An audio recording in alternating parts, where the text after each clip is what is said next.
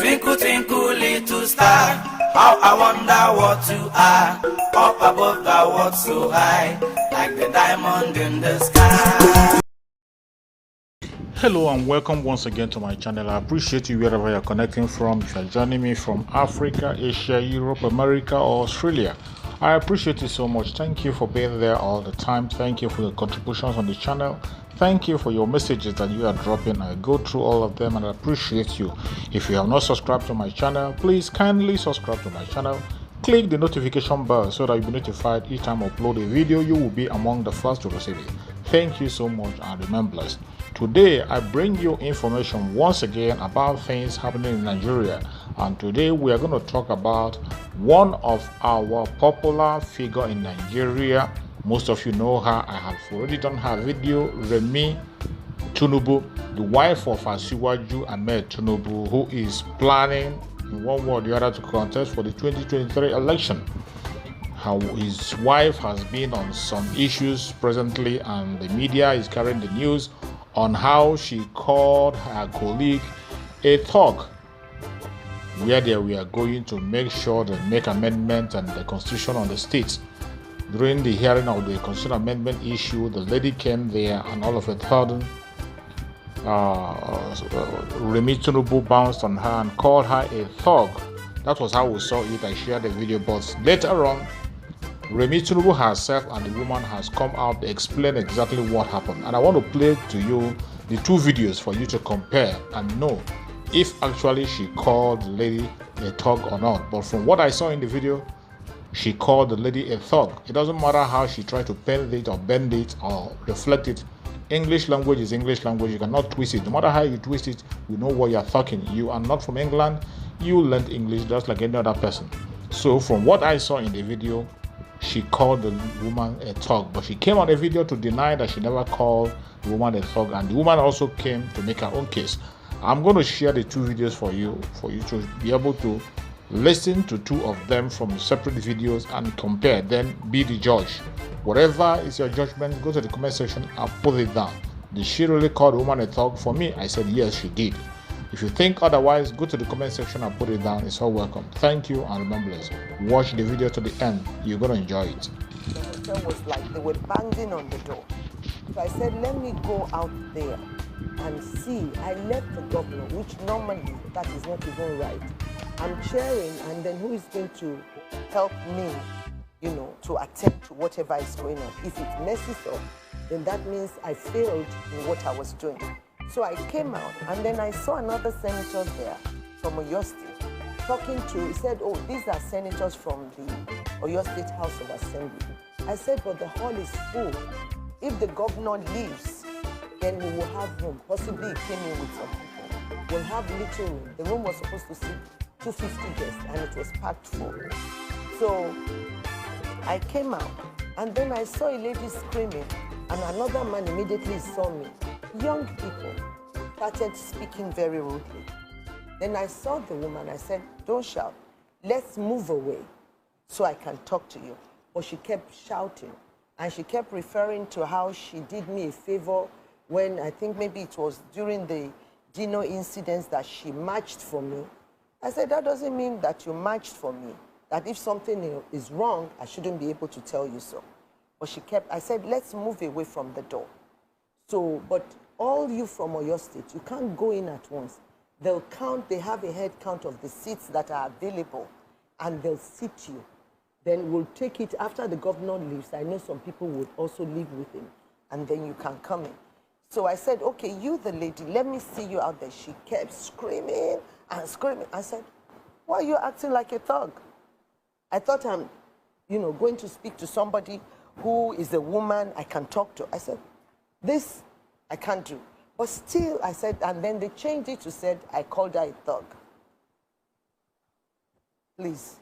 But this particular incident, I looked at the man, he was angry. Maybe possibly he could have been waiting for a long time. I didn't know who registered. I wasn't on the registration desk. But I looked at him, wanted to talk, but he was just being outright rude. I saw him, he was angry. Then I looked at the woman screaming. I said, I can talk to a woman.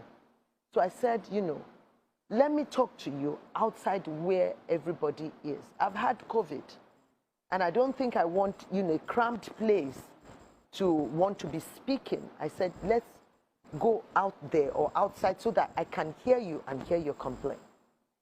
She kept screaming. Then I said, what is going on? Are you a thug? I'm not going to take back. Are you a thug? Am I talking to a thug? And her eyes were like popping and popping. What's going on? And she's younger than I am.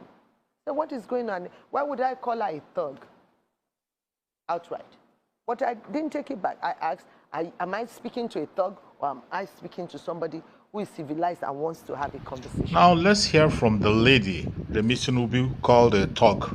She responded, and let's hear what she had to say. They sent out an invitation and said people should come. There was a public hearing. So we had gone to the public hearing. We had our papers prepared to go and present our papers. So a colleague and I had 2 other colleagues with me from Better Nigeria. Better Nigeria is a non-partisan organization for Association of Nigerians who want to see the glory of Nigeria come back. So we had prepared our document. We were on the queue waiting to go in. People had been going in. They had their own period. I mean, they had cards. They had invites with them that had been given to them ahead of the program. But we didn't mind. We were staying on the queue waiting, only for us to get to the door. And they now said, oh, we're full. We have 250 seats, and that's the capacity.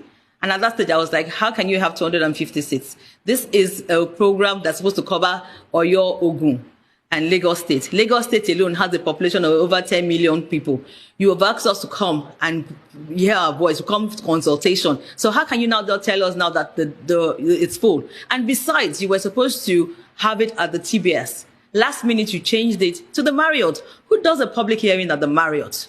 And I was talking to someone and engaging the person, and they were like, oh, I only work for them, or I don't know anything about it. I said, well, okay, if that is the case, get a duty manager, get a screen out here. There are loads of people, not just myself, out here that can't get in. Let us be part of the process. We don't even mind if we're not seated. We will stand and watch. And that was what happened. Then, Madam Senator, my senator, Mrs. Remi Tinubu, came out from the hall. I don't know what they had said to her. She came out and she said, where is that woman? Where is that woman that is talking? Where's that woman? Where's that woman? And I walked from where I was to where she was. And I said, good morning, ma. I have been on the queue for a while trying to get in, and we can't get in. Now they're saying that they're closed.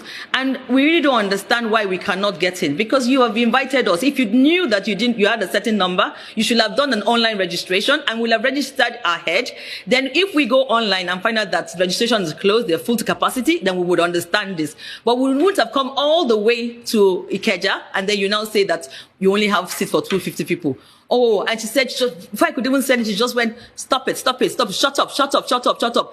Police, come and get this thug out of here. And at that point I said, ma'am, I am not a thug.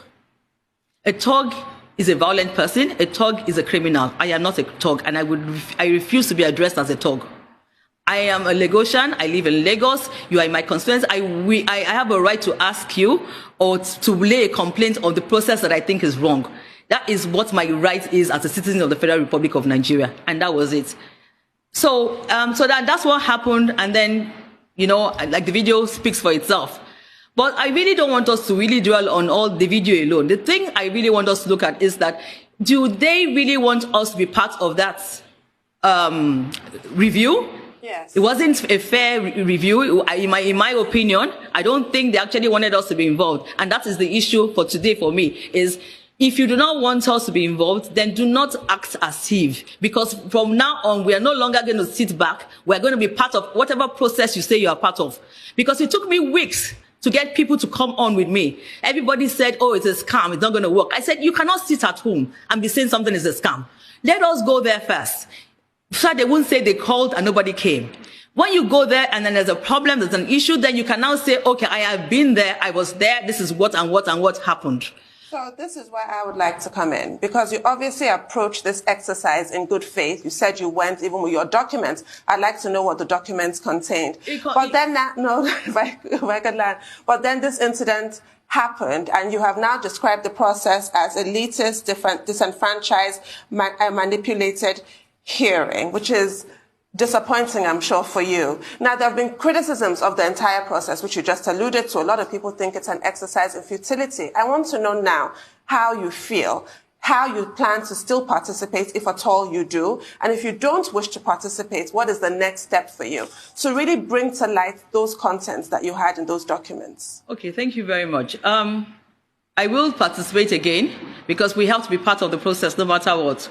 We cannot let whatever it is happens shut us out of it, because when things are now passed, we go on and say, oh, we don't know when it happened, we went there, we went whatever, how did they come up with this? Whatever it is that they're doing, I would encourage all of us to stop sitting at the back burner and come and be part of it. So yes, as far as I was concerned, because first of all, we took a document. The document said, this is what we want. For us, it is clear. We want a new constitution and a new beginning. But we're still open to the fact that, okay, you want to do a review. How do you want to go about it? There are certain things we want we want a constitution that involves everyone. We want a constitution that represents everyone, regardless of who they are, that represents everyone equally. So we took a document saying we want accountability, we want a responsive government, we want a responsible government, we want a government that we can talk to, we want accountability, we want transparency. One of the things that made me realize that I don't even think the thing is real, because when you go to a place and you're asked to submit a document, the thing you would expect is that they would check the document if you have submitted the required, if you have followed procedures or whatever.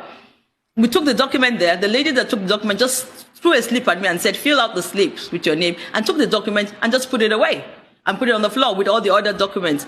I was saying, madam, we have our software copy. Madam, we have our, I was still trying to engage her in the process, but she wasn't interested. I just thought to myself, so that was the beginning of it. I just thought, look, when we got there, I finally was able to go in after the governor left. When we started, Fix Nigeria did a fantastic presentation. A lot of other people came, but it was really like a government kind of thing, because legislators were coming in, people were people were coming in. At one stage, I had to tell them, is this a political rally? Because I didn't get the memo. The memo says it's a public hearing and we're coming to look at the review and we can present what it is that we have. So our document, first and foremost, said, we want a new constitution and we want a new beginning. We do not think that constitution, the 1999 constitution, can even be amended to suit our purpose, because the foundation is faulty. If a foundation is faulty, you do not rebuild that foundation. You start from the beginning. And that's our position. I mean, great. And thank you so much there, for your insight as regards that. And should I say sorry about your ordeal, but I mean, you just have to keep pushing. It's our country in the end. I want you to tell me specifically areas you want, to be fixed or to be put in this new constitution we're going to have. Would you still favor a restructured system? Would you still favor the alternative of a 63 kind of constitution, where you had regions, where those regions, had full autonomy over their resource? What would you say about state police, for instance? Would you favor a system where we have state police and the likes? I mean, what would be the gap? What would be like 4 or 5 cardinal points in this new constitution you want us to have in tandem with the realities of today? Okay, thank you very much. For us, we believe that the most important thing for us is that power should start from the bottom, not the top. So we want autonomy. We believe in that the local government giving more power, so that, for instance, I shouldn't have gone to the Marriott. I should have gone to my chairman in my local government. I shouldn't be traveling all that way. He would have heard our grievances. He will have consulted with us. He will have gone through the process with him. So we want a situation where we have power from the bottom, so which is probably the local government, the state police, and we want to be able to use our resources, yes, because we have so much resources. Nigeria is blessed. But if you are talking about power from the very top, before we can use those things, when do they have time to do all those things? So those are one of the things that we want. We do want a state, we want the state police, we want power at the bottom, and we want to be able to have access to our own resources in our state to be able to work with it. But we still believe in a one Nigeria, and we want that unity, and we want everybody's voice to be heard.